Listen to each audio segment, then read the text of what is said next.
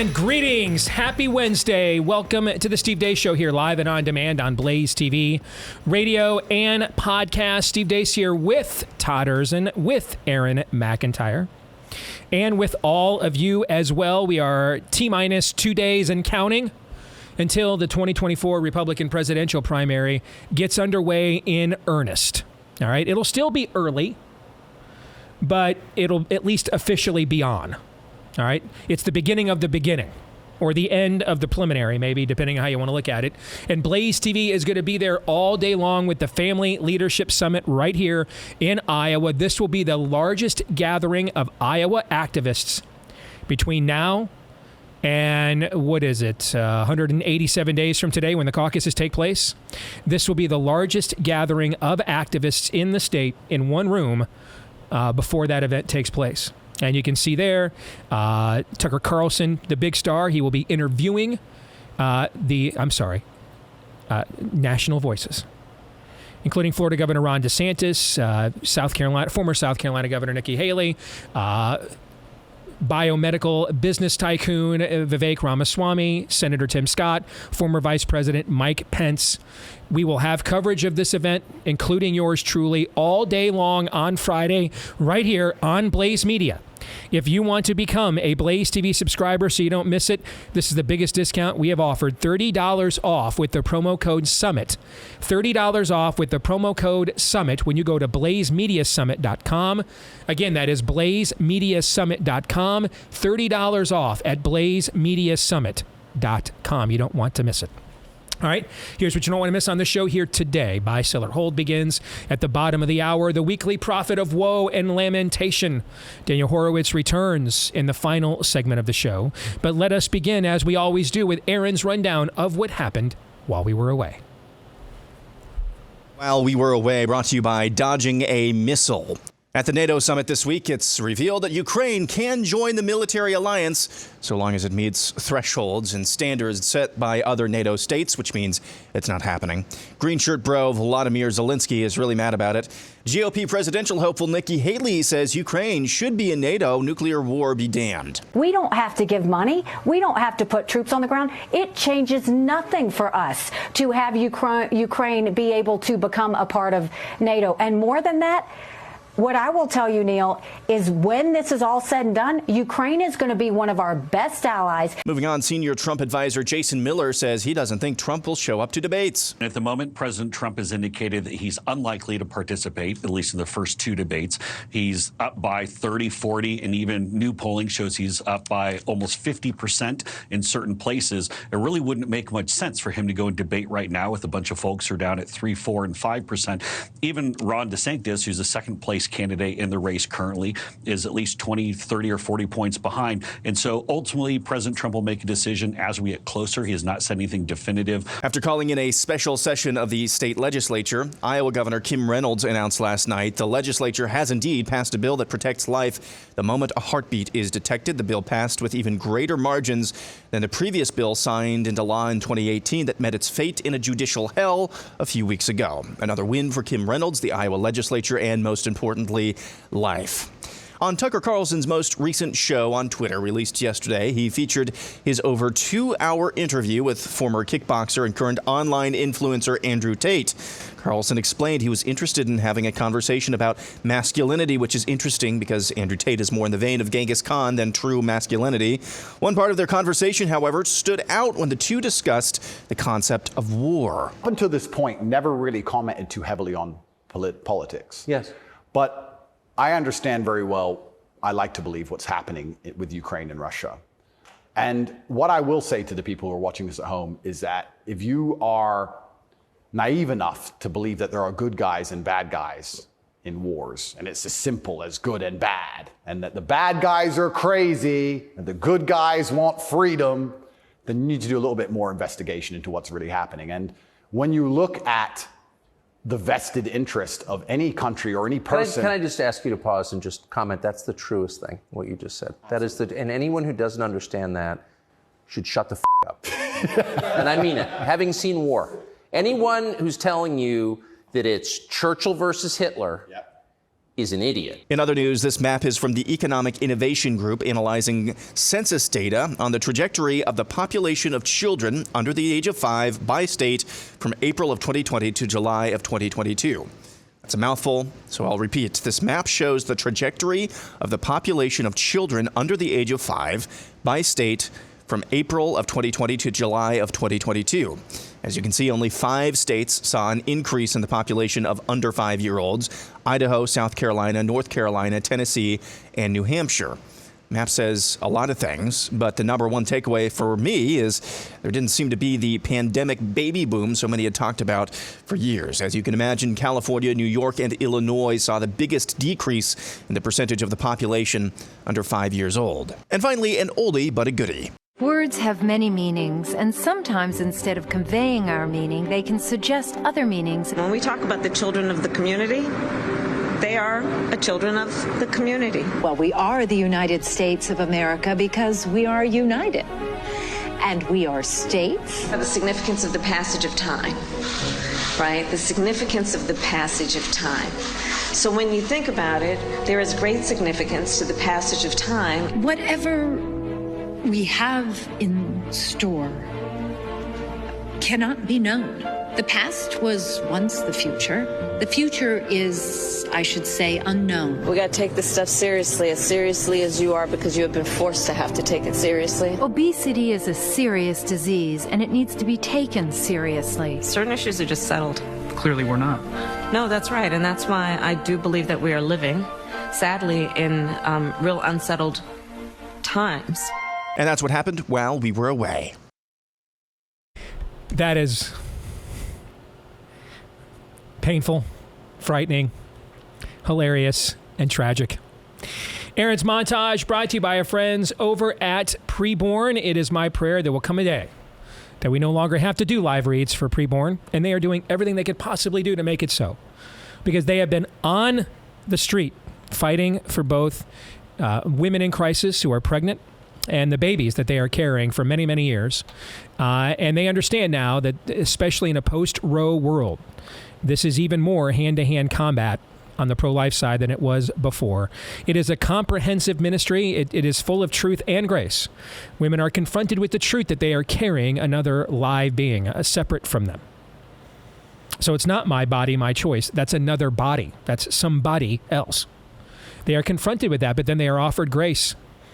If they turn back, come back from the brink, and about 80% of the time they do, when their conscience is convicted that that is a child they're carrying, they offer them grace, support, counseling, car seats, prenatal, postnatal care, even baby formula, all free of charge. Both the ultrasounds we show and then the care we provide after. All of it is free of charge because of tax-deductible donations from people like us. One ultrasound is just $28, for example. So dial pound 250 on your mobile phone right now. Say the keyword baby. Help us save as many babies as possible and moms, as many of both as we can this year. Dial pound 250, say the keyword baby on your mobile phone, or go to preborn.com/Steve. Once again, that is preborn.com/Steve. All right, let's head over to the montage, shall we?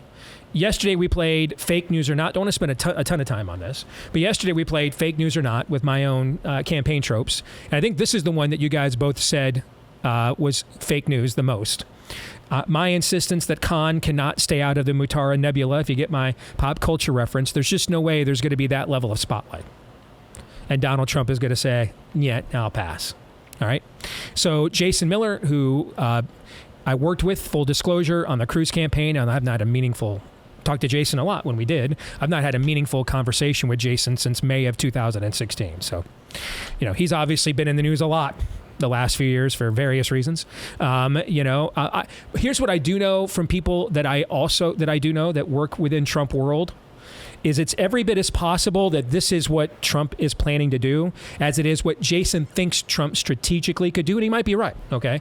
That a lot of times, Trump does kind of like a court of owls team of rivals internally. And so this may be Jason Miller's attempt to kind of come off the top rope. If he's on the faction that says we shouldn't debate, he might be using the media to kind of try to drive his point home. It might be what Trump really thinks. My position, as I indicated yesterday, is I think there's a credible case, as you guys laid out, for why he would not do it. I just think you're asking a lot.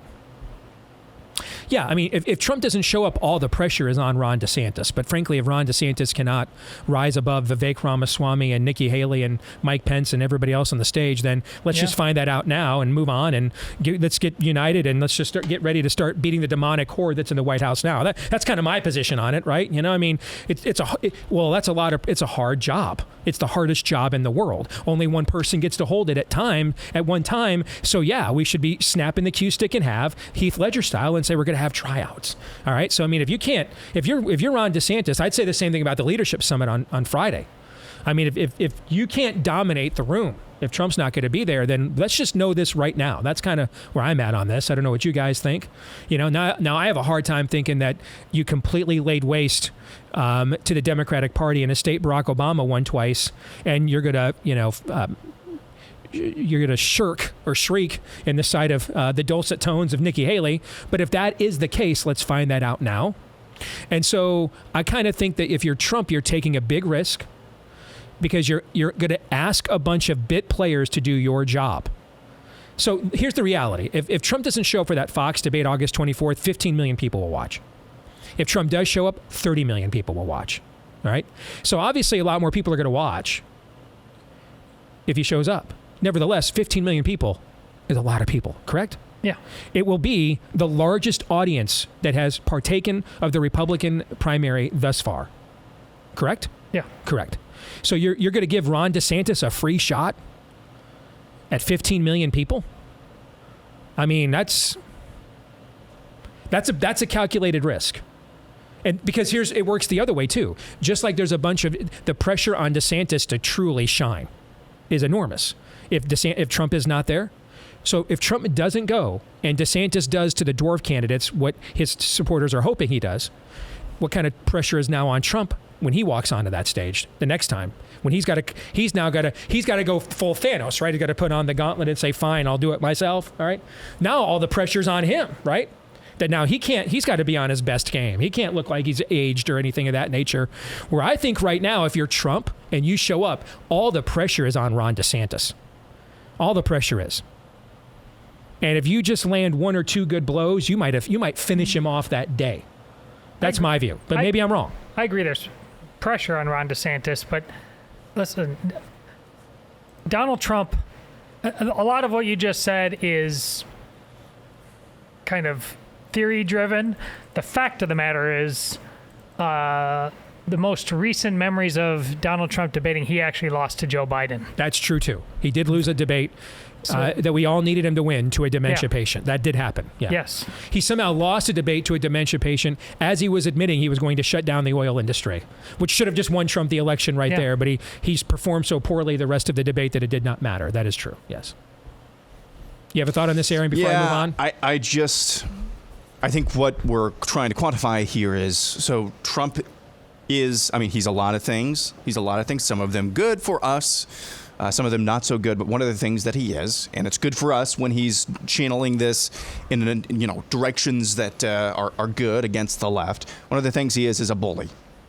Okay, bullies, I believe, have a bit of cowardice in them as well. So they don't want to. They fear showing weakness. They fear showing weakness. So which one of those impulses within Trump is going to win out? The narcissism of, hey, I can't stay away from an audience of millions, or the bully side of him, which is like, I don't want to show an audience of millions that I might be a little weaker than I'm portraying myself. That's really the competing instinct I think we're talking about with Trump. I think the bully side is going to win, and I don't think he's going to show up. That's basically the only calculation that I have. All right. Let's talk about Iowa. And again, I have never been more wrong about anybody than I was about Kim Reynolds. And the other thing that I think is a lesson she is teaching us, and when I say us now, I mean not just three of us or me, but us as in particular, is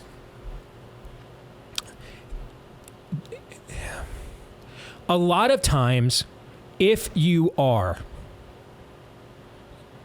the person of true badassery and conviction, a lot of times will there be an aura around you that sort of indicates that. Sure. A lot of times, true. Okay? But it doesn't have to be that way every time. And this is why, it's not by their persona you will know them, it's by their fruit you will know them. All right? If you've spent any time with Kim Reynolds privately in a room, as I have several times, you know what she is? A grandmother. Okay. I mean, she looks young for her age. You may not realize this. I believe she's 62 or 63. She looks young for her age, but she's a grandma. She's nice, easy to get along with. There is nothing about her external package that would make you think this is the woman who is literally with a metal detector and looking for wasp nests without wearing a beekeeper suit. Like she's trying to find them to kick them over on purpose. There's nothing about her externally that would indicate to you that's who she is. And in some respects, this kind of is the reverse of the conversation we just had about Trump. Everything about Trump's persona says that is who he is. And there have been times that he has shown that. And then there have been other times, frankly, we've watched him run away from confrontation. This woman is looking for it. And yet there is nothing about her external packaging whatsoever that would seem to indicate to you that that's who she is. She's just not that person. This isn't like, an older, more mature Sarah Palin. This is just an Iowa grandmother, guys. That's really what she is. She's just an Iowa grandmother. But there is a resolve there. And I think moving forward, we have to remember this. Because one way or the other, the current era of Trump versus the system and the expectations we have of who represents what based on their personas is coming to an end. Looking at Trump's age, he will either lose this primary, it will come to an end then. He will win the primary and lose the election, it will come to an end then. He will win the primary and win the election and then becomes a lame duck, essentially, who can't run again. And so it won't end right away, but the clock is ticking on it. You see what I'm saying? Mm-hmm. We're coming to the end of this phase of the American right. And the temptation for us as human beings, and this has been true for decades. Everybody was the next Reagan, you and I's whole lives, right? Aaron, you were born into that arena, right? Everybody's the next Reagan, okay? Think of the disciples.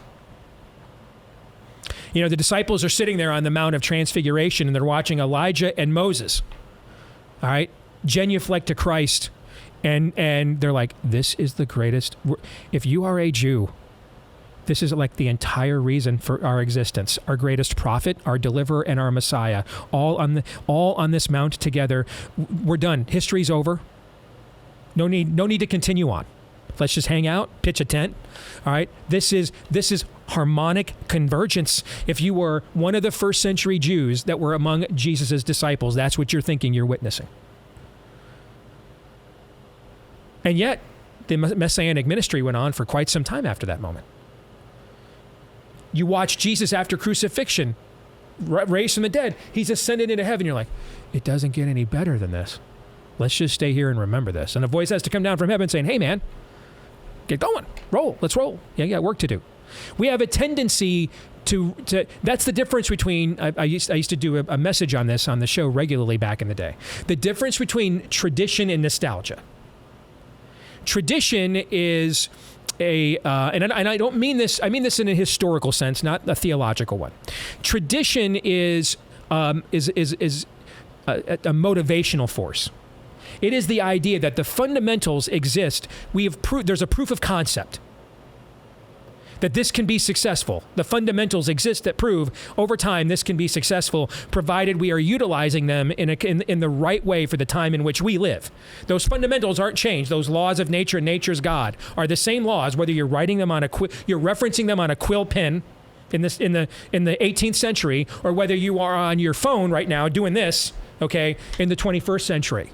The laws of nature and nature's God are immutable. They haven't changed since then, correct? They were the same, all right? And so that's a tradition that you can go back to, a reservoir that's never ending. You can go back to that. Okay, that your great grandma Betty's cookie recipe still crushes it. But man, if you've got even like the best like Ninjaware pans that you're baking in with even better ovens, they taste even better. You see what I'm saying? Yes. Okay, so you don't change the recipe, but some of the methodology of how that recipe is and those fundamentals are realized have to be updated for the times in which we live. That's tradition. It gives you confidence that right now, if things are going against you, momentum's not with us right now, but we've got precedent here. We're nowhere on the right side of history. We've just got to figure out how to unlock making it work for such a time as this. Nostalgia says it has to look and work exactly as it did before. Otherwise, what are we doing here? I got to relive our salad days. What does that look like? Well, since Watergate, every corporate journalist has decided to attach the word gate to every scandal ever since. All right, if you're a boomer on the left, everything goes back to Watergate and Woodstock. And trying to recreate those environments and what those things meant. If you're a boomer on the right, looking for the next Reagan, it's Morning in America again. Most of the time, as a species, we tilt towards nostalgia. Because we're also it's not just that we want to reinstill our values, but we want to reform the process that made us comfortable, that we recognize, and new processes make us uncomfortable. That's called disruption, and Trump represented that. He was a new process. But if you took away the process, and people took this as me saying it was an insult. Trump ended the two most conventional culture war issues of the last generation, affirmative action and Roe v. Wade. He just did it in a way none of us would have ever possibly guessed at the time. The process was totally different, but the fundamentals were the same. Nostalgia says that the process and the fundamentals always have to be the same.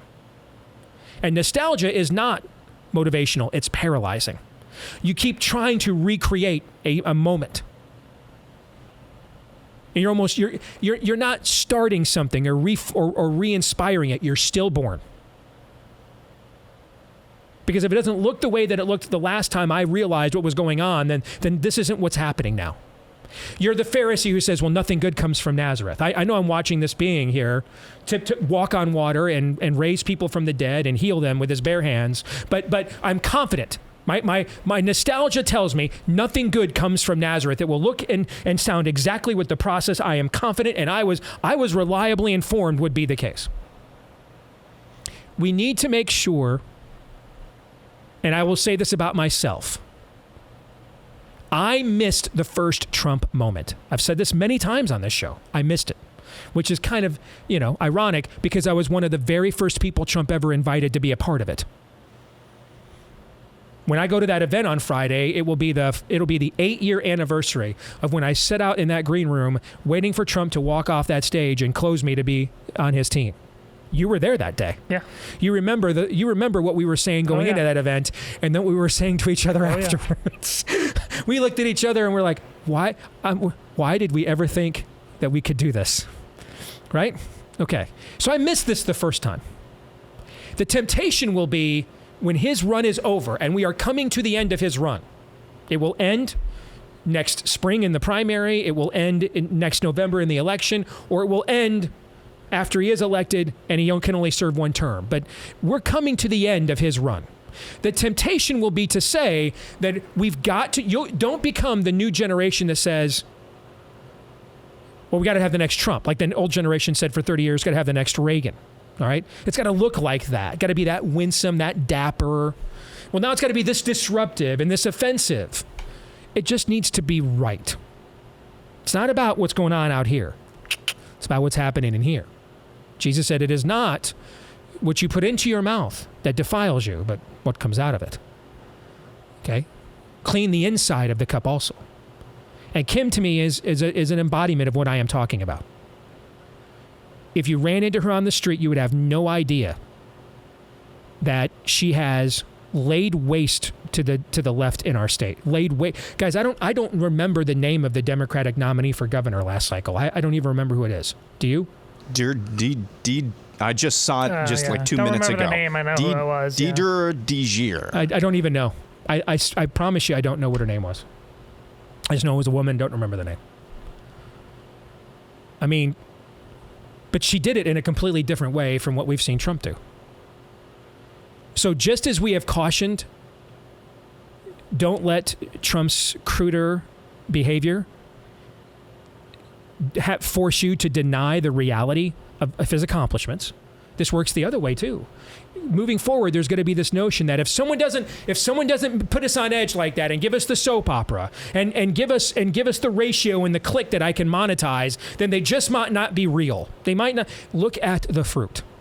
See, I have done that with Trump since he became president. That's what I meant when I came in the day after the election and said, never Trump ends for me. Now I'm going to do it. I'm going to follow Jesus now. By their fruit, you will know them. And prior to March 16th, 2020, the fruit for all of the frustration, and there were many days I was frustrated by his behavior, but in the end, the fruit for all of his frustration made him the first Republican presidential nominee I had voted for in nearly 10 years. Or 20 years, I should say. And it's why if he wins the nomination, despite the fact I'm very frustrated with a lot of his antics right now, and I'm not hiding from that, if he wins the nomination, I will dutifully vote for him again because of the fruit on the tree.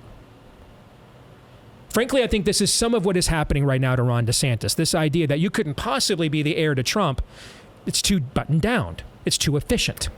Okay? It is definitely what's happening. I want the to soap DeSantis. opera. I need the drama. It's boring to watch Fox News when it was exciting before. Nailed it. Okay? Let me tell you what's exciting. If you live in my state, you know what's exciting? Winning. Nothing, man. You know what's exciting? Not knowing that if they try to pull this crap on my kid, my governor will pull. Yeah. Well, now, she won't say it the way I will say it. It'll be more like your grandma. Go outside and pick out your switch, son. But the whooping is coming just the same. The whooping is coming just the same. That is exciting. That's exciting. And we need to think long term about our kids and grandkids and not get stuck on nostalgia. Because we lost about 30 years from the time Ronald Reagan left the national stage to the moment Donald Trump took the oath of office. This thing we call the American right, except for the 6 months after the contract with America, accomplished nothing. Nothing. Aaron's entire life. Nothing. Nothing. Did nothing of any substance anywhere. Nothing we can point to and say that's long lasting. It did nothing. Meanwhile, they filled the coffers of orcs there in Mordor, and now the Black Gate is unleashed. We can't afford to do that again. So whenever Trump's time ends, by this time next year, the fall, after he gets another term, we need to make sure by their fruit you will know them. Don't make the Kim Reynolds mistake.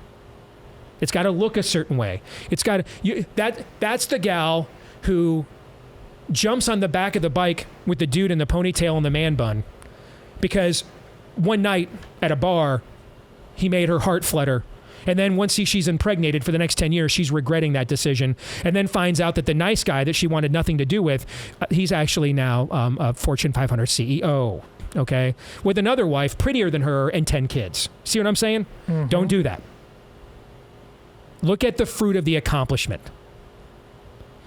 Trump is worthy of voting for not because he's exciting, but because of what he accomplished. Serial killers are exciting.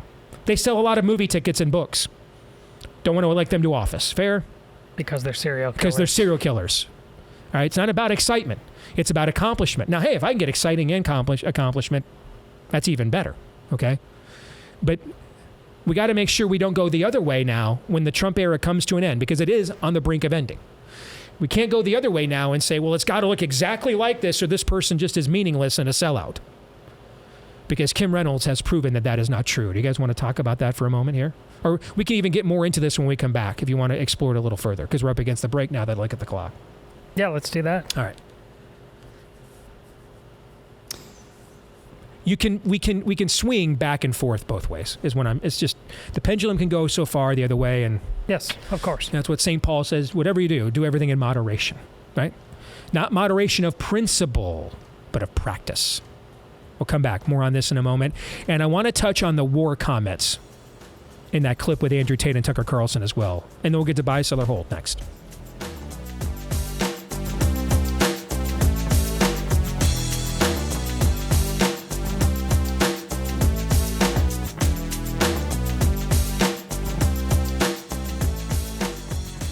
So you've heard me talking about those amazing extreme altitude wines from our friends over at Bonner Private Wines for so long now. Make sure you partake, in moderation, of course, of these wines from Malbec grapes grown at 9,000 feet of altitude deep in the Andes Mountains in another hemisphere. Outstanding imported foreign red wines, 50% off. Plus free shipping. You can't beat it. 50% off the wines plus free shipping. They even throw in a bonus bottle of small batch limited production wine from their exclusive wine cellar as well. And hey, don't just take my word for it. Todd, how much do you like these wines? A lot. Many people on Twitter thought you stole my stash yesterday when you were going through the magical mystery tour of Ron DeSantis. All right, folks, take advantage of it right now. Bonner Private Wines, BONNER, BonnerPrivateWines.com/Steve to get your wine today. BonnerPrivateWines.com/Steve. That's BonnerPrivateWines.com/Steve. All right. What we were just discussing with nostalgia and tradition. Gentlemen, thank you for your patience. Also, thanks to everybody for your patience with the portable AC and the fans. I have not gotten a single email from anybody saying, hey, that's annoying. When will it end? You guys have been extremely patient with us during this period. I wanted to say thank you so much for that. So thank you for your patience, gentlemen. Thank you for yours as well. The floor is yours. So I really think you're onto something here in barking up the right tree. And I think what you're onto is really just an observation of human nature, which is helping me think through this, because I get, and I know to varying degrees, all of us here and listening as well, you know, we get really frustrated seeing, you know, the choice is obvious here. You know, we've got a guy who's actually laid waste to what once was at best a purple state. The choice is obvious here. Why aren't you? It's actually human nature, though. You know, you were talking about yesterday on one of our side projects about how Michigan football, if you would have told yourself in 2020, when they ducked out of playing the Ohio State game, which they did, yeah, that they'd be hanging a banner in the practice facility saying "Beat Georgia," you would have been saying, well, and it's not like a joke. It's not a joke. Yeah. You know, what are you smoking? Because human nature is things come to pass in ways that we do not anticipate them coming to pass. Correct. And what do we do with that when they start to look the way that they do? I would have never... Different than we anticipated. We thought, oh, it's going to look like this, this, this, and this. Well, no. There's rife, the scripture, I think... I don't want to make a one-to-one Christological comparison, but the Jews were expecting something completely different than what they got in Jesus, because their expectations were this, this, this, and this. This will look this way. That's human nature, and I think you're barking up the right tree here. Human nature says the heir to Trump, whomever that is, has to basically be a mini Trump, and that's not the case. They might be. Yeah. We don't know that either. It might be the case. It just doesn't have to be. Yeah, but the pendulum swings, guys. Human nature also says the pendulum swings from one extreme to the other. That doesn't mean that we automatically go back to, milquetoast and totally devoid of personality politicians and just status quo. No, that's not what this means either. Kim is not milquetoast. She's not like Trump. Yeah, she's a grandma. Exactly. So yeah. I think what we're seeing here is a human nature phenomenon, and I think you're barking up the right tree. Todd, your thoughts before we move on. Well, showmanship has always been a part of American politics. Yep. But the more that politics, certainly since Reagan, it has become the show, we've had issues with the modern-day Republican defaulting to the kind... This has been laid out in warfare, Civil War. It's the lead up to World War I, laid out in the Guns of August, Barbara Tuchman's movie. There's a sort of gentry dandy, full of false bravado. Of course, time to go to war and settle scores. And the modern Republican is totally like that. And then they get there and they realize, on the one hand, there's grift and money for just kind of checking boxes, fake boxes, and then there's the costs that go in with checking the real ones. And I still don't know. I hope one day I'm fortunate enough that to either have a candid conversation or she just tells us all. But Kim Reynolds had a "Here I am, Lord, send me" moment where there would be no posturing. My daughter Ainsley ultimately fought the fight she fought for Save Girl Sports. It had a lot to do with the fact that she was raised in my home and my wife's home. What we instilled in her, both in terms of her faith and just how you conduct yourself in general. But my daughter never talked about going into politics or public policy before, during, or after that. She did because of Kim Reynolds. The relationship, and trust me, Steve and I, we like to fight. I enjoy it. Yes, this is what Steve... I would do it even if there wasn't a point or a principle to it, and that's not a good thing, by the way. We had to yoke ourselves to the Lord to make sure we were fighting about the right things. I don't think... See, this is what's so amazing about Kim Reynolds. I don't think she likes to fight at all, yet. She will. And a lot of you, what do I do? How do I... See, most of you out there may be more like her. But that's where there's so much hope. Mm-hmm. When she went on air that one time and read the porn from those books, you could tell she hated. I had this talk. She hated doing it, but it had to be done. And the person on the other side, all the bluffs were called. They could go nowhere. Mm-hmm. She absolutely cornered him, even doing something not because she loved doing it. It just had to be done. And she rallied my daughter in a way I couldn't rally her to. See, this is the thing. It's the false bravado, the go team, all of that pomp. No. This isn't a damn team. This is... Politics has always been meant to be war by other means. And the worse we continue to be at it, the more certain we will be in an actual war. And you, the man over there, as time marches on, it's getting less and less likely that you're not gonna, because your unwillingness to roll up your sleeves and sweat, the bullets are going to be entering your children's bodies instead of yours. And shame on you for that. And God bless Kim Reynolds. For whatever reasons, she understands it's apparently in her bones at a DNA level. She gets it. What's your excuse? Can I add just one more thing very, very briefly to kind of put a bow on this part of the conversation? What Ron DeSantis has done in Florida, and basically all of the good ways and all of the best parts of America First, what Ron DeSantis has done in Florida is the logical fulfillment of Donald Trump's America First. Mm-hmm. Mm-hmm. The Republican base in this country, at least I've seen no evidence to the contrary yet, the Republican base isn't looking for the logical fulfillment of America First. They're looking for a fulfillment of a personality. That's an issue, a problem of human nature. Hence the King Saul reference. Exactly, of human nature and, quite frankly, human sinfulness as well. All right. Speaking of warfare, let's pivot here for the next couple minutes. I want to address the clip with Andrew Tate and Tucker Carlson. And I will tell you, I didn't know what an Andrew Tate was until he got arrested in Romania. I had no clue. I still don't really know a lot about him. I genuinely know. Okay. Here's what I do know. Just removing the name Andrew Tate. From about 2010 to about 2016, there were kind of two driving impulses within the base of the American right.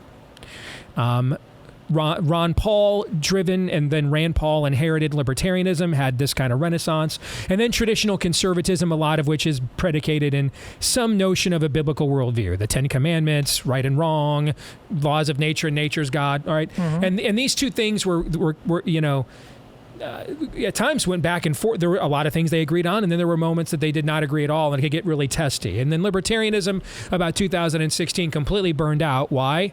Well, because people saw after the election of Trump just how far down the hellhole the left was going to go, and realized, okay, so yeah, your gay marriage is going to impact my marriage, my business, my kids, my education for my kids, whether I can have, it's going to impact everything. You see what I'm saying? Mm-hmm. And so this idea of this libertarianism basically had a surge for two reasons.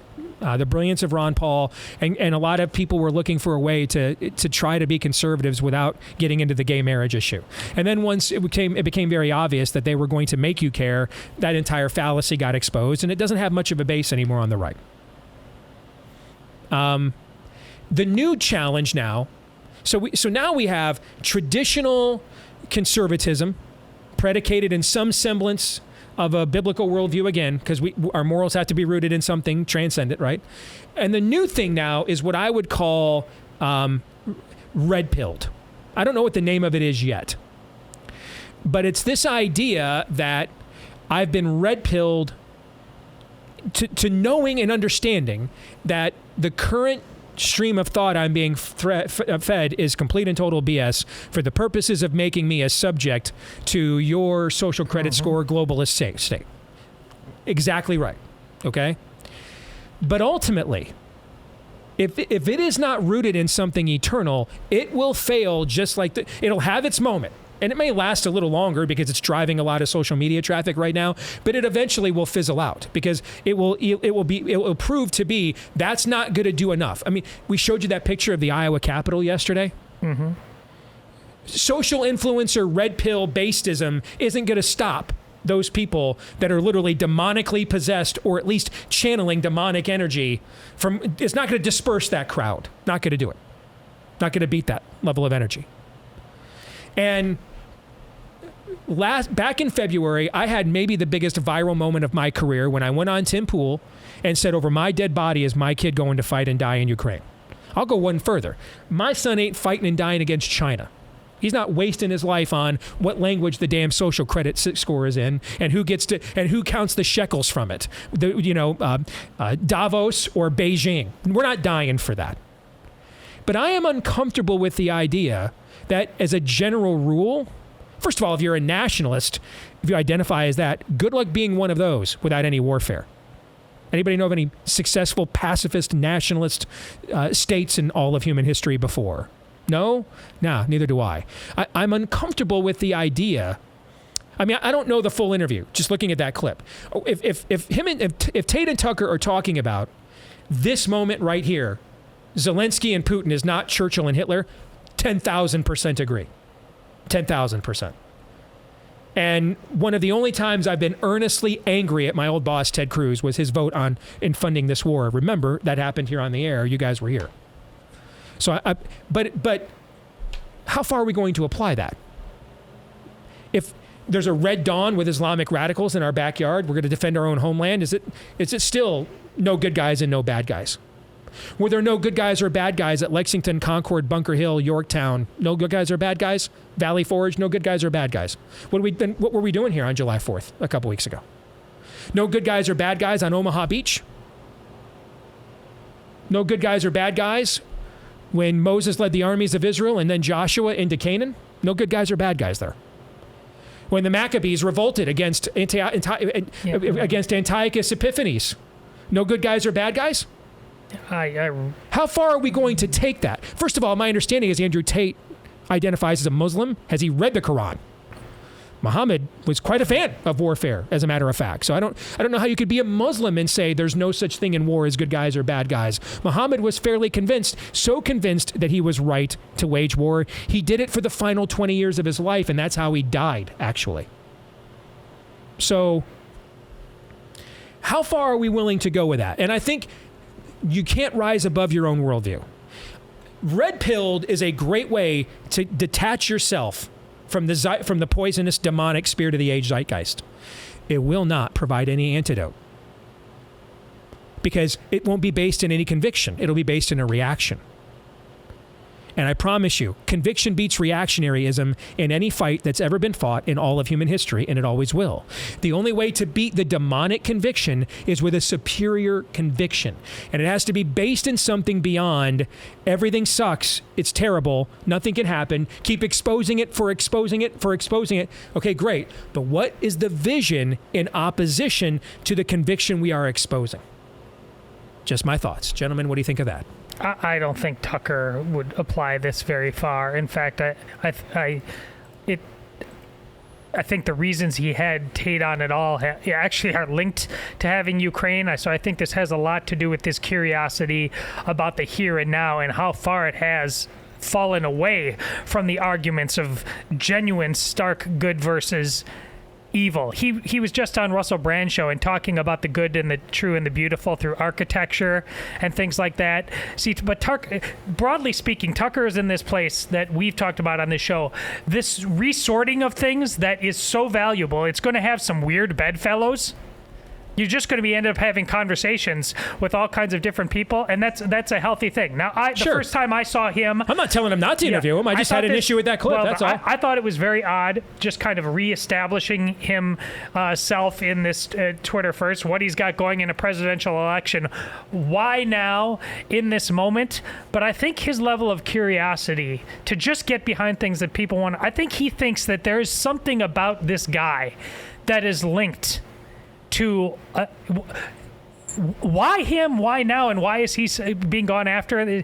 We have the same kind of general questions about Ukraine itself. I think Tucker seems to be trying to understand the depths of questions that we've ourselves asked on this show, and he thinks for some reason this is a guy if he can understand him, he can understand other things. I think you're onto something there, Todd, and I will just say this about Andrew Tate very briefly. You know, I described him as the Genghis Khan school of living, basically masculine aggression, masculine purpose. You know, he does have a purpose. He purports, he wants young men to find their purpose. Those are good things. He also basically, he's been, as I understand, on the record in the past, basically, spread your seed indiscriminately as far and wide as possible. Oh, yeah, he seems like a scumbag, absolutely. But would you rather live in a nation trying to rein that type in or trying to call men to action? Agreed. Agree with that. That's the former. Yeah. Just understand that's a limiting principle. And in fact, allowing what Andrew Tate represents, and I'm just going by Aaron's description, allowing that to fully flower is how you'll get more of the spirit of the age in response. Yeah, that's what you'll do. Because, again, people will look for something real and transcendent. Not confronting the spirit of the age is how you get something like Andrew Tate. Exactly. That's my point. Eventually, reactionaryism runs out.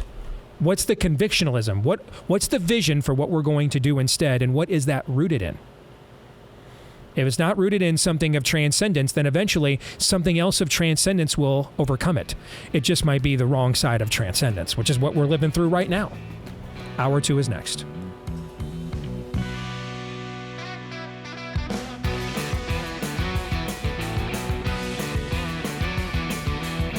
All right, we're back here with Hour 2 here on Blaze TV, radio, and podcast. Steve Deace here with Todd Erzen and Aaron McIntyre. And, of course, all of you who can let us know what you think about what we think by emailing the show, steve@stevedeace.com. That's DEACE. Please like us on Facebook, MeWe, Gab. You can follow me at Steve Deace Show on Getter, Twitter, Instagram, TikTok. Find me at Real Steve Deace on Truth Social as well. At Real Steve Deace there. And for those of you that haven't yet done this, if you listen to the podcast, please leave us a 5-star review if you like the show. Thank you to those of you, many of you who have. And hit subscribe, or in the case of iTunes, follow. Thank you for all of that as well. This part of the show brought to you by our friends over at Pure Health. They want to make sure, I'm turning 50 here in a couple of weeks. Not sure if I've mentioned that at all recently. Not that I'm depressed by that prospect or anything. Right? Hey, I've crossed that line. Look at me. It's all good. Look how Todd turned out. Indeed. Washed his hair last week. Things are looking up. Yes. All right. So I actually got emails from people who thought maybe your haircut you weren't sure if you washed your hair or just got a haircut. Nice. I'll take either. At our age, you can't hurt me. It's like, I'm 50 now. Yeah, exactly. Nobody cares anymore. Yes. All right. A lot of us, as we get older, have to deal with what's called fatty liver, which makes us 3.5 times more likely to have heart failure than those without. Maybe up to 100 million Americans are fighting this right now. So that's why, when we're throwing everything at our livers, from high cholesterol, alcohol, toxins, Tylenol, statins, that's right, even some of the things we take for other ailments can put a strain on our liver. If we smoke, about 1 out of 5 Americans still smoke cigarettes. That can put a big strain on your liver as well. There is a solution out there. It's the Liver Health Formula from our friends at Pure Health Research. It's an all-natural supplement which contains 12 clinically proven botanicals that help recharge and protect your liver. And it's manufactured right here in the US of A.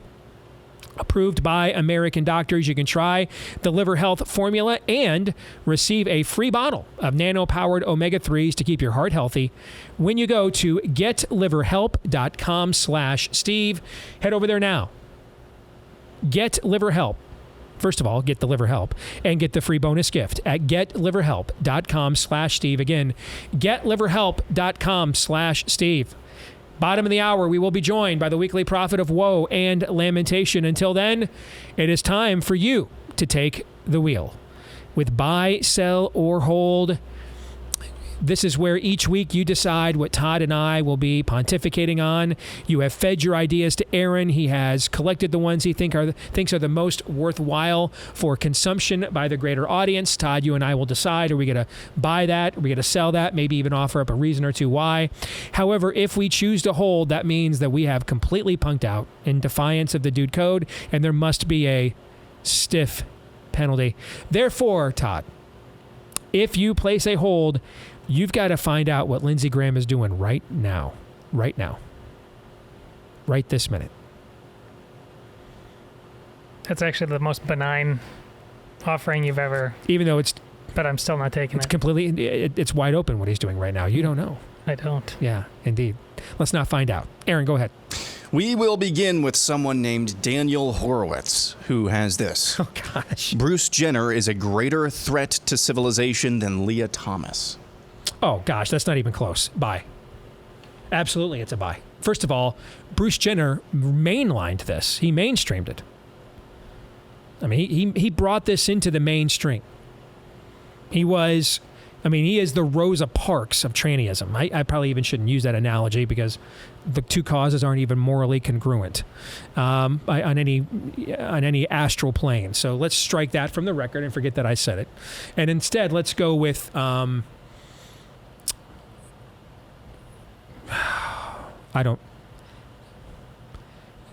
Harvey Milk.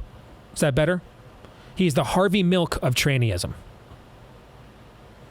So he's the herald, and he's wearing our uniform, and he's being given a roster spot by our supposed biggest champion, Mr. Trump. So I don't think there's any question about that. I mean, I don't even see how it's a debatable point. And see, you know what, though? Can I make this point? Then I'll throw it to you, Todd. This goes back to the conversation last hour at the end between traditional conservatism rooted in something eternal and whatever the new fad is on the right. And there will be moments that they will parallel park and it'll be a seamless relationship and they'll walk arm in arm. And then there will be moments there will be conflict. For example, you may view Caitlyn Jenner as based. I mean, he's out there pointing out that's not right what's going on with women's athletics. He knows what's up. He's out there shilling for Trump. He's based. He's red-pilled. First of all, Bruce Jenner was a Republican before you and I were born, Todd. Or before maybe, that's going back too far because it was 76 when he was in the Olympics, right? Bruce Jenner's been a Republican as long as you and I have memories going far back. So this isn't like he just recently moved to the right on anything. But this is where someone can completely violate eternal principles. But because they've exhibited that they are against what you also are against on a shallow level, you give them a standing they don't deserve, and then you let the camel's nose in under the tent. While screaming, "Big tent." So big, a Trojan horse fit right through the front door. That's how big it is. So I don't think this is even a debatable point. It's 100% true. There would be no Leah Thomas without Bruce Jenner. He's the herald. He has made a crooked path. He has made a crooked path for the Leah Thomases of the world. Todd. Oh, actually, I'll disagree. I'm selling. In many ways, Bruce Jenner did us a favor by showing how shallow and empty Fox was all along. If there was real substance there all along, this wouldn't have been happening. Leah Thomas showed us, though, something more chilling in a republic, a land of we the people. Because it doesn't... If the participants in that pool, if the parents showing up to those meets would just stand up and say no, this wouldn't go anywhere. But they don't. And so it's the Leah Thomases of the world. Those individuals who show up and count on the ridiculous soft-headedness and fake kindness of people. They may as well be terrorists with C4 on. They do way more damage. Caitlyn Jenner just showed that Fox has been way more vapid than most people think. I think for every single Leah Thomas that continues to show up and we don't answer that call in something that is supposedly a republic, that is obviously more dangerous. Why would the people that believe we have to vote Trump to save America and he's got his own access to, Bruce Jenner's got his own access to the women's restroom, that numbs your senses to what you're talking about. You are accepting this on some level. Mm-hmm. Okay? And so that makes it all the less likely that you're going to stand up and oppose Leah Thomas when you've got a dude in a dress waving your pom-poms at the same time. Most of the people at these meets are not watching Fox News. Some are, of course, but they're not like under that trance. I mean, there's all kinds of people at swim meets and track meets and etc. Okay. All right. We just spent 6 minutes arguing about which transvestite is worse. Well done, Daniel. Well done. Worse for civilization. Well, it's where we are right now. Civilizationally, sadly. Yeah. Now we go to Wet Bandit, who has this. The American media are bigger propagandists than North Korea. I'm going to buy that. Yeah. I don't know the answer to that. I mean, I'm going to... I just have to sell. Well, as much as I can't stand American media, but I have to believe there is still much more dissidence to the narrative permitted in America than what is in North Korea. That's why it's worse. Explain. That's why it's worse here. The fact that there are dissidents means that the media has to dial it up to 11 constantly. I see what you're saying. No opportunity to even challenge there. I would probably still sell, but if that's your rationale, then I can understand it. I love those people who report something the media just did and on Twitter, and their comment is, however much you hate the media, you don't hate them enough. That's absolutely true. I can't believe there are people still out there responding to media stuff with the sentence, if this is true. That's the thing. And hey, it took me a few years to break myself of that habit, but now that I have, I'm like, why is anybody still doing this? Okay. Okay. I get where you're coming from. Okay. I get it. All right. Trying to break you, Steve. We got a lot of these types of submissions. Wes says the DNA from Gilgamesh that DeSantis stole will be used to create super soldiers. We can only hope. We can only hope. Bye. Oh, that thread was something else last night. Bye. Listen, I don't care what you guys say. The words, quote, Gilgamesh was killed mid-ejaculation, end quote, might be the finest phrase I have ever penned, ever. If you saw that on Twitter last night. All right, go ahead. I'm sorry. Go ahead. If Gilgamesh will, I will. Go ahead. Dennis McCullough says Trump will lose the Iowa primary again because he chose to attend the Turning Point USA event instead of focusing on the grassroots in Iowa. I'm going to sell. It won't be. If he loses, it won't be for that.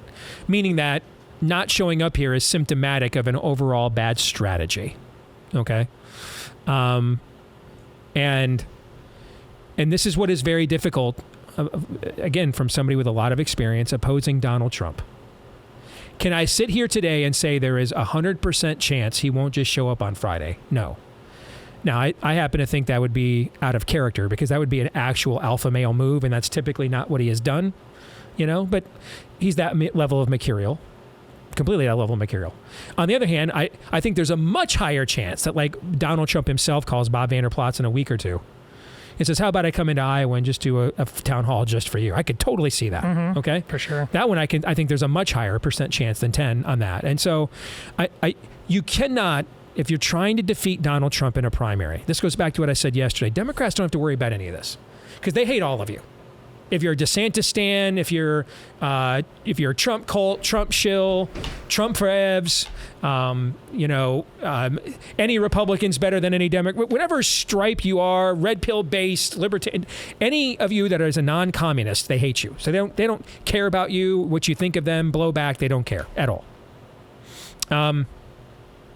So they don't have to navigate these scenarios. But if you are opposing Trump within intra-party, within the Republican Party, you have to be nimble. You cannot marry yourself to a particular strategy or narrative because he is very mercurial by nature.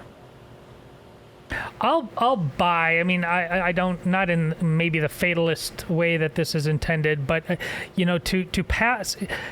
to pass on, he's not even debating other people. Yeah, it's not a debate. I've seen a few people mention, well, the debate will be boring without him. It's not a debate. It's actually a forum. Tucker's interviewing the candidates, and Tucker's the biggest name in righty media, and he's earned that, and he should be. He's earned it. He's also been beyond friendly to Donald Trump publicly. I mean, I don't know, man. You've got a ton of if I'm Donald Trump, and I say this, I'm one of Bob Vander Plaats' best friends. Okay, he's one of mine.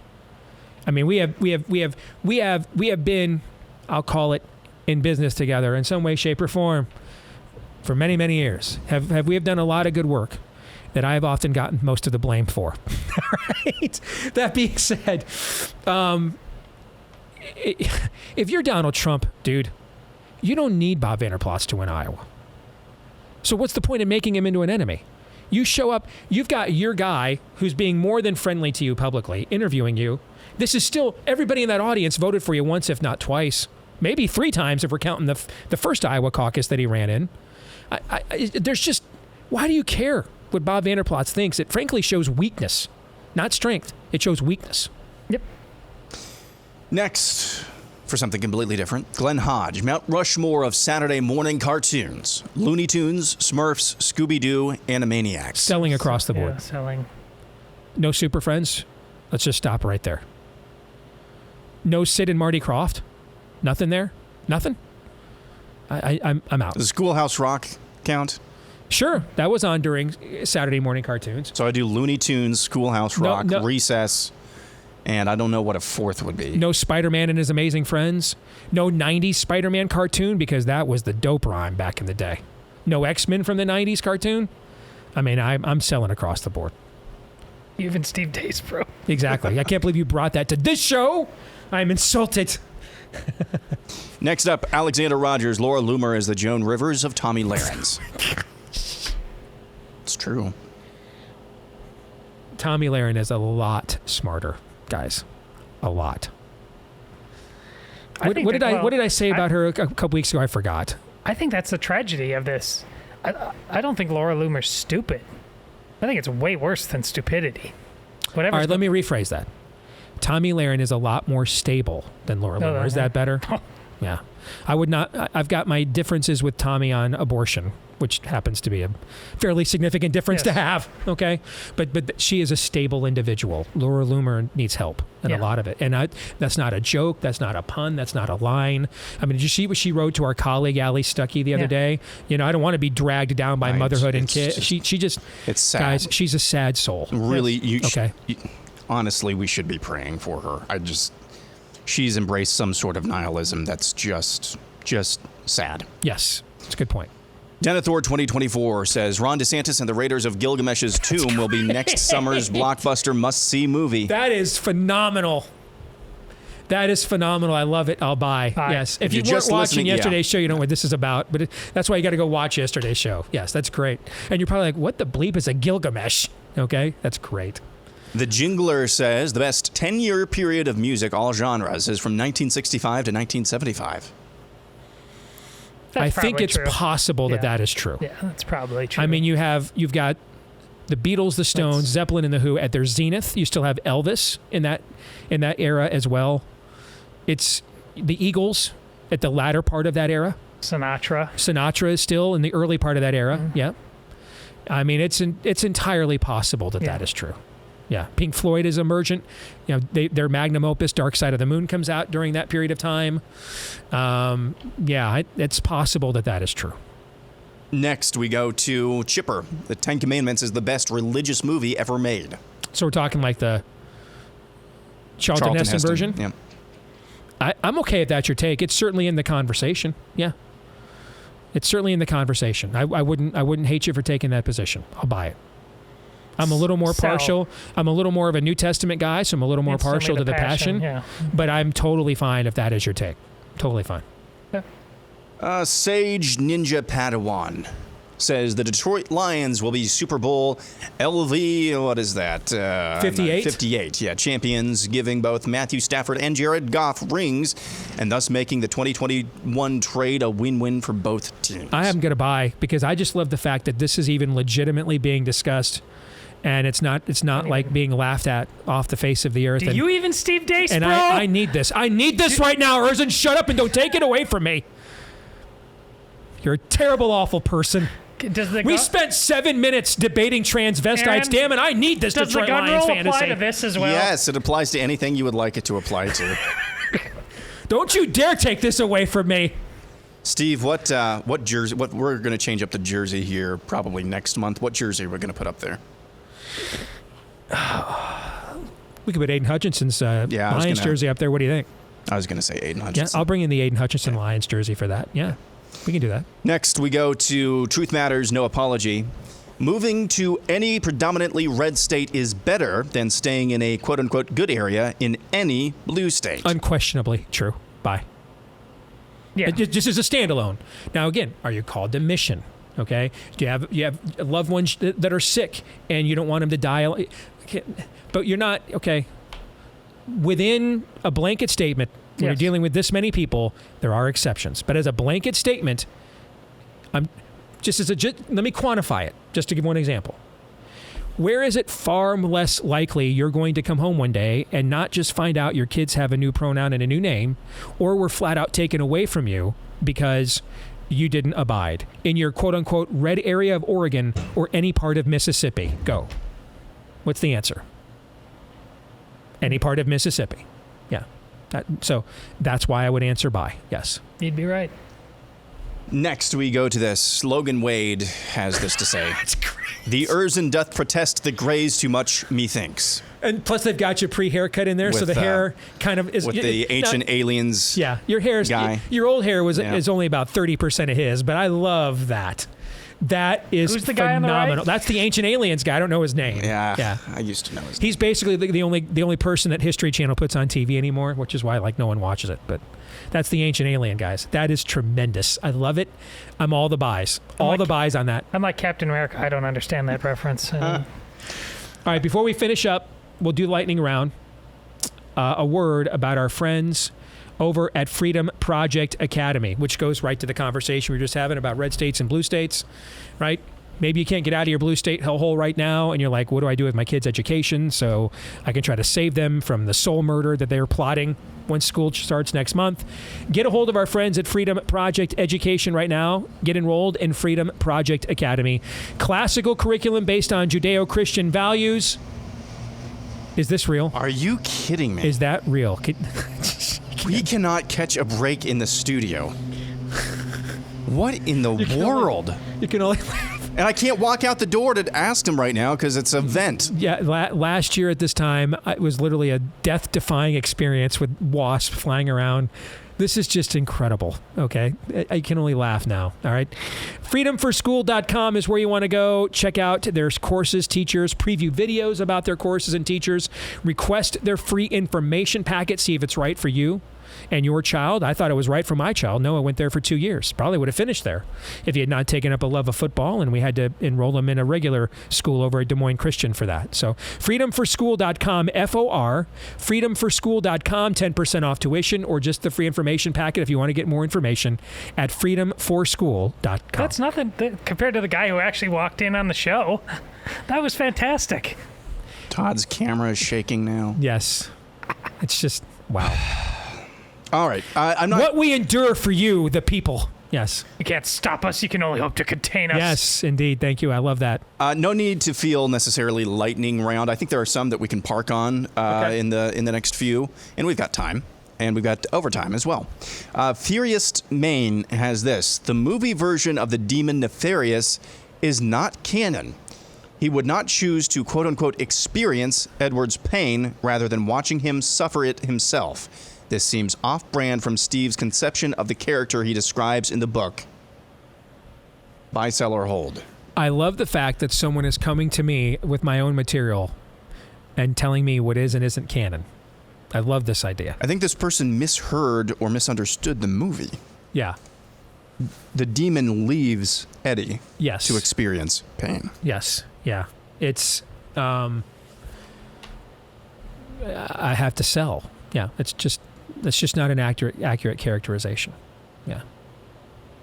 Next. I love the fact though that you loved the movie enough story, bro. Yeah, I appreciate that, but I got to sell on you, brother.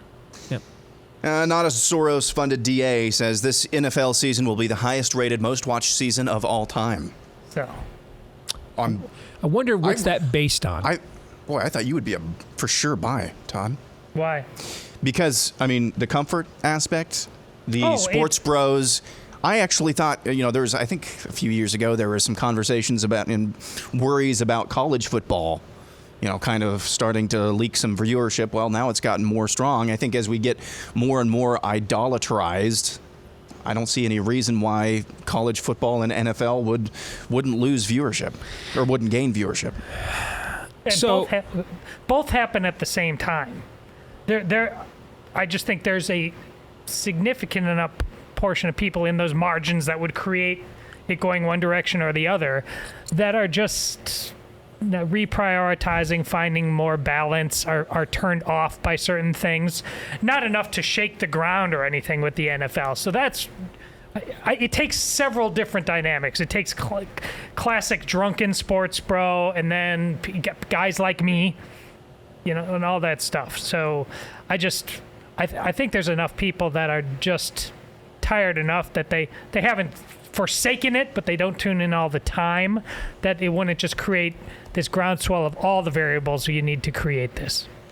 So most of the most watched shows nowadays are live sporting events. Yes. And of course the NFL is king of all of those. I'm going to sell for a variable. The Sunday Ticket moving to YouTube TV. So I have been flirting for the last couple of years of just finally cutting the cord. I was going to do it 2 years ago, and then DirecTV offered me an incredible deal to stay as a 20-year customer. So I did. And then I wasn't comfortable the next year with where the DVR capability for YouTube TV was at, if I had to record stuff and couldn't watch it live. And so I've just stuck with my hardline DirecTV connection. But now, the original reason I bought DirecTV back in the day is because it was the home of the NFL Sunday Ticket. There was no other way to get it. And my favorite team was out of market. So now with YouTube TV having it, I've already purchased the YouTube TV Sunday Ticket package already. So this is going to give me an opportunity to kind of see how I like going fully digital. What I think of where they're at, YouTube's at with DVR and everything else, technology. What do you use for your streaming box? I have like the highest residential grade. Your streaming box, like Roku, Apple TV. You know what I mean? I use, it's built into my Samsung TV, all that stuff is. Yeah. Yeah. So I could see myself now that I'll have kind of a middling way to try it. That if I like it and it works well, I could see myself shortly after the football season dumping out and cutting the cord. And so I wonder how many people are going to get YouTube TV fully now and not not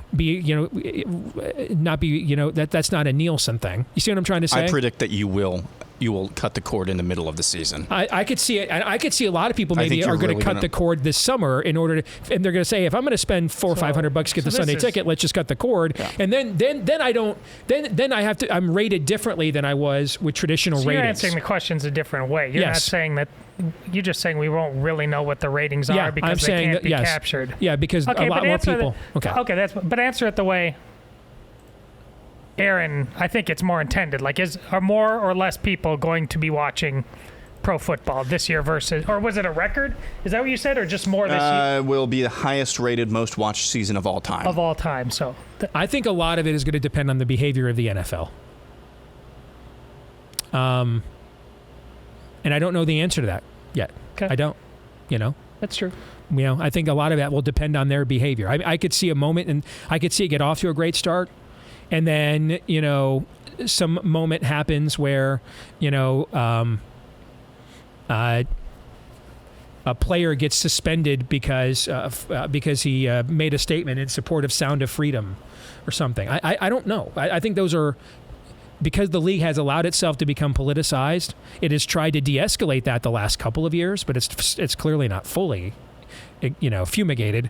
That I think that's almost like a week-to-week thing. To your point, Aaron, though, about what you thought I'd say, let me stress, though, if that happens, that's a bad thing. If the things we want on this show for this country happen, by definition, NFL viewership will go down. A lot of things will go down because our priorities will be more healthy, more balanced. I will tell you, and Aaron, you would probably back me up on this. If your experience with the NFL is watching the NFL Sunday Ticket, you are not aware of like almost any of this stuff watching that stuff. It's just then if you're watching like the long form broadcast, you're just watching football. That's all it's about. It's just football the entire time. On the red zone? Yeah. Yeah. No, that's true. Yeah. I think you're really going to like YouTube TV. They're rolling out the multi-view thing this summer, as Todd just got done talking about priorities and things. But they're rolling out the multi-view. I mean, I've seen your TV. That's going to be like having a sports bar in your man cave every Saturday. Oh, so you're saying you can watch like 4 things at once. 8 games at once or something? Like the classic Phil Steele picture he shows you of his basement with the 10 TVs. Everybody's going to have that. Yeah. Okay. Next, Nigerian Noogie. We are here, Matthew 24:37. But in the days of Noah were, so also will be in the coming of the Son of Man. I think it's more possible than ever that we are. So I will say bye. Sure. But I don't know for sure that we are. But I think it's more possible than ever we are. Ken Ham, I think from the Creation Museum. Mm-hmm. I don't know if this is what prompted this. He came out with a long Twitter post within the last week or so, basically dismissing the notion that the things are as bad as they were in the days of Noah. So I don't know if that's what's prompting this. We do not have time to do justice to the remaining tweets, so we'll be back. Be back in overtime. Yep, that'll be what we do in overtime today at blazetv.com/Deace for Blaze TV subscribers. For the rest of you, stick around, because we'll be joined by the weekly prophet of woe and lamentation when we come back.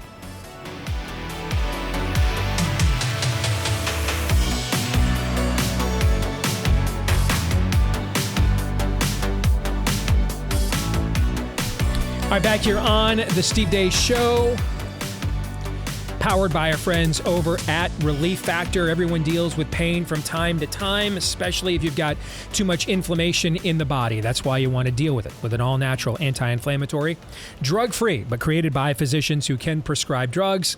It's called Relief Factor. Try it for 3 weeks.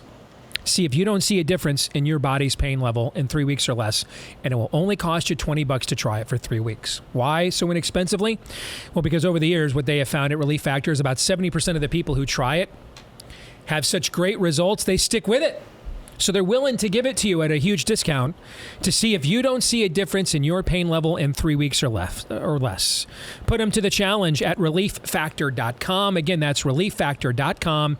Or you can call them at 800-4, the number 4, 800-4-RELIEF, or relieffactor.com. We bring in now the weekly prophet of woe and lamentation, Daniel Horowitz. So let me start here, brother. Did you hear us responding to your buy, sell, or hold submission earlier? Indeed, I did. Not bad, Steve. Not bad at all. All right, so you tell us what you thought, because Todd sold on you. I just want you to know, for the record, man, I had your back. I bought. All right, Todd stabbed you in the back and sold on you. All right, so now we'll let you have the last word. Go ahead, Steve. What would happen if I'd come out and say, "Call me Danielle," okay? But because I support Mr. Trump, it's all good. I mean, the biggest thing people need to understand is that in politics, especially in a two-party system, people always give legitimacy to another side. They understand that there's two sides to the story. The best way to destroy civilization is when you create consensus behind something. And that's really what the uniparty does so successfully and needlessly tosses fights. We saw that with gay marriage. We were winning on that when they tossed it.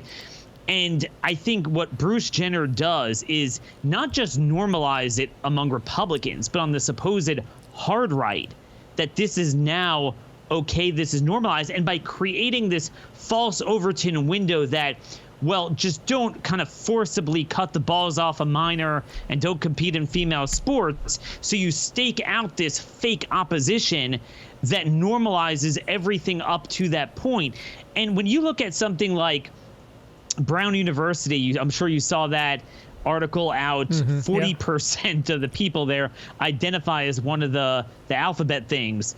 So that is a much greater threat to civilization than the female sports stuff, because everyone kind of sees the muscular dude twice as big next to the other guy, the women, and they know that's absurd. Now, I agree with Todd's point about the fact that they still don't say anything about it and protest it, but in their heart they know that's not normal. But when it comes to this, I mean, until people like you and I started pushing back, and I think we're seeing our colleagues follow, they were saying Caitlyn. They were looking at the guy and saying it. I mean, all our colleagues were doing that. We literally have normalized that.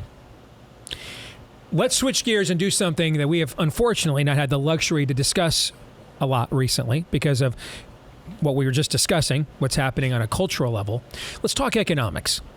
I saw today what you were putting out in response to the regime's claims of a steep decline in the rate of inflation. I want you to walk our audience through that. Give them a little economics lesson, if you wouldn't mind. Sure. So we talked about social grooming. This is economic grooming. You normalize you'll own nothing, be happy, and eat bugs, and everything will be good.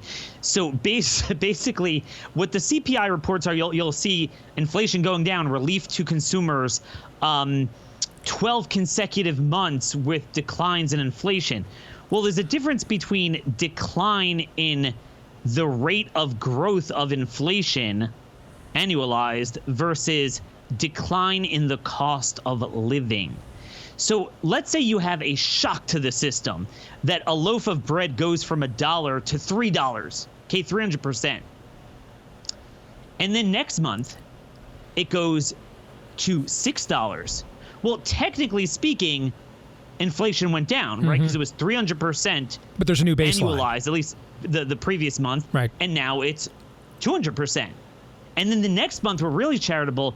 $6, instead of going to 12, Steve, it goes to $9, 50%.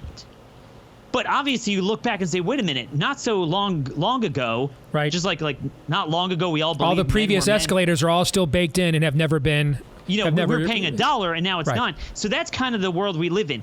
We have this shocking baseline. First the COVID and then the Ukraine kind of Russian embargo stuff, shocking supply chain stuff. When that's over, which it is, it should go back to where it was. Maybe you adjust a little bit up, so, you know, a couple cents for the intermittent baseline inflation. But in fact, it is still going up even relative to the highest insane peak in most items, much less erasing it. And the only thing that we're a little bit off the plateau is all from gasoline, which is still 50% higher than when Biden took office, and that's only because he raided the strategic petroleum reserves. It's now down to half of what it was, but that's pretty much dried up. So let me just give it to you with gas. Gas is the best thing. This time, July of last year, was $4.75. Now it's $3.66. So yeah, I mean, it's a big decline. But it was $2.40 when Biden took office. But when it comes to other things, we are downright, core inflation is still 4%, 4.8% higher than the peak of 12 months ago. So when you look at it in totality, you got, and I'm not going to go based off of pre-COVID because that's even higher. The overall CPI of all goods in the basket, 17% higher. This is after 12 months of decline, 70% higher than when Biden took office. Food is 20% higher. Electricity is 26% higher. Gas is 53% higher. Apparel 11%. New cars up 20%. Shelter up 16%. Transportation up 27%. So that's how misleading it is. Technically, it was 10% annualized, and the next month 9, 8, 7, and then this month 3, total, and then 4.8 for core inflation. That's true, but that's exactly what it is. We have not even erased the insane level of peak. And again, Steve, this is after the quickest rate of rate hikes for the federal funds rate that we've ever seen. I mean, it's historically not the highest, but it's the quickest incline that has created so many problems that will cause a recession. And this is all we have to show for it. Noah and I went for my cheat meal last weekend. We both like Arby's, so we went to Arby's. Now, granted, he's eating a little more these days, getting ready, trying to bulk up, for his first year in varsity football, okay? But $32 and something was the bill for just the two of us. It blew my freaking mind. Blew my mind. $32 for the two of us. I looked at what you tweeted out earlier today. These are consumer price index increases over the last 3 years. So we're going back now to the summer of 2020. Some places were beginning to come out of lockdowns or had come out of them in May. So they were fully out of them by about this period of time. A lot of the blue states were still fairly locked down. All right. So since July of 2020, consumer price index increases for medical care up 5.1%. Apparel, 13.6%. U.S. wages have gone up 14.3%. So that's the baseline of your income, how much it's gone up, 14.3%. Shelter has gone up 16.7%. Food at home, 18.5%. Food away from home, 20.8%. New cars, 22.1%. Actual rents, 24%. Electricity, 24.5%. Gas, which you were just talking about, 30.3%. Transportation, up 30.3%. Home prices, up 38.6%. Used cars, up 46.9%. Fuel oil, up 59.7%. Gasoline, previous was gas utility. Gasoline itself, up 70%. And again, keep in mind, wages have increased only 14.3% as an offset against the rest of these consumer price index increases. Daniel. This is the whole enchilada. A presidential candidate that has a message on this point, that it is done by design to create artificial monopolies, and it's all being done to fund a government that you would be better off just flushing the money. This is all the debt, Steve. The supply chain issue should be long over with. This is all the debt, because then the Federal Reserve has to print more money to service the treasuries they now offer. Well, you have to offer higher rates. There's more pressure to have higher rates now. And there's this huge inversion with houses where, they kept them artificially low forever, created a market bubble. The government the Federal Reserve bought off $2.6 trillion in mortgage-backed securities, created an asset bubble, and then they took interest rates from 3 to now it's 7.38. So you're talking about just principal and interest has doubled, and then when you add in taxes and insurance on a double home, so basically what you're talking about is your monthly payments on a $400,000 house are now what they were on a $700,000 house just 2 to 3 years ago. There is no way a young couple could afford a car and a home on a sane salary. And another thing with the wages, by the way, a lot of that is also a little bit illusory too, because if you look at the wages per hour, the hourly earnings are not up nearly as much and often down on some measures. A lot of that is people taking second jobs because they can't afford. It's hidden in the last week's employment numbers. A lot of that, they cannot afford the cost of living. This is exactly what they want. And to me, like, this is the number one issue. But I will tell you, Steve, we will not be able to get our foot in the door to make this case against Biden, which is very easy to make, if we have other extraneous issues going on. All right, final question before we let you go. And this is a very difficult, challenging question. All right.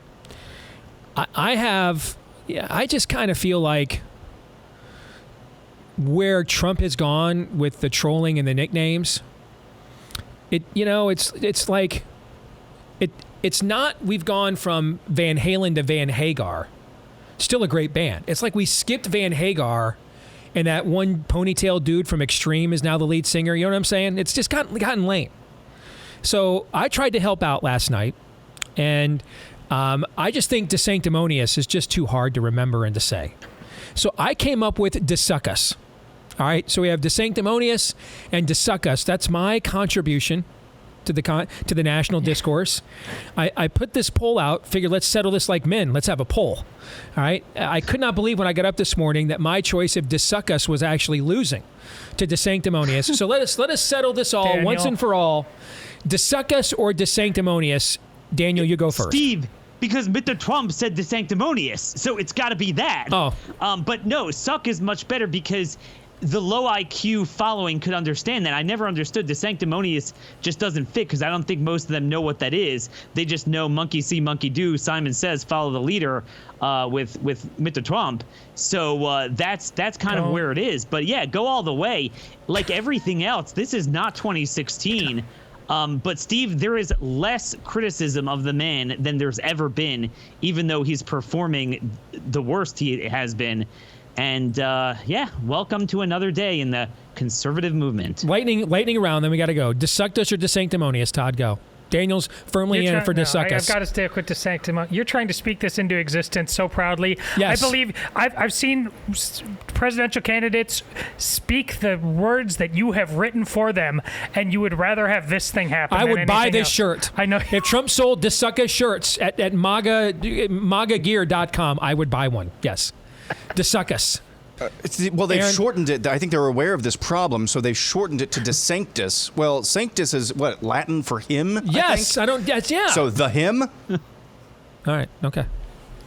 I Make tried. John Fetterman great again. I tried to contribute to the national discourse, and unfortunately, I've been rejected. Daniel, good to see you, my friend. We'll do it again soon. Take care. Take care.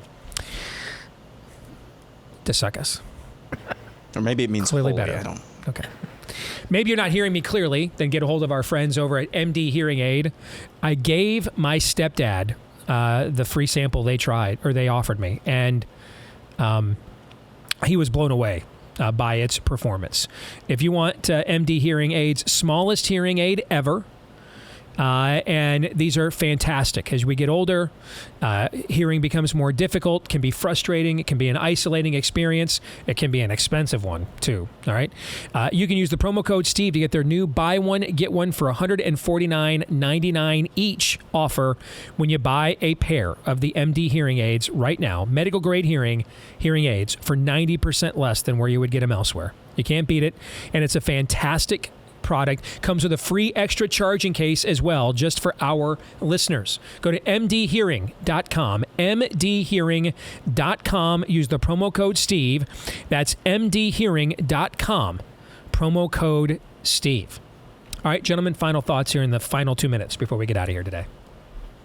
I love how you crystallized everything that Daniel was breaking down with your Arby's analogy. Yeah. Because I mean, listen, that kid's putting some food away. $32 freaking dollars. The spin right now being put, yes, I know we're just used to Jean-Pierre lying to us. Yes. I know, but this is where every person will give up on you.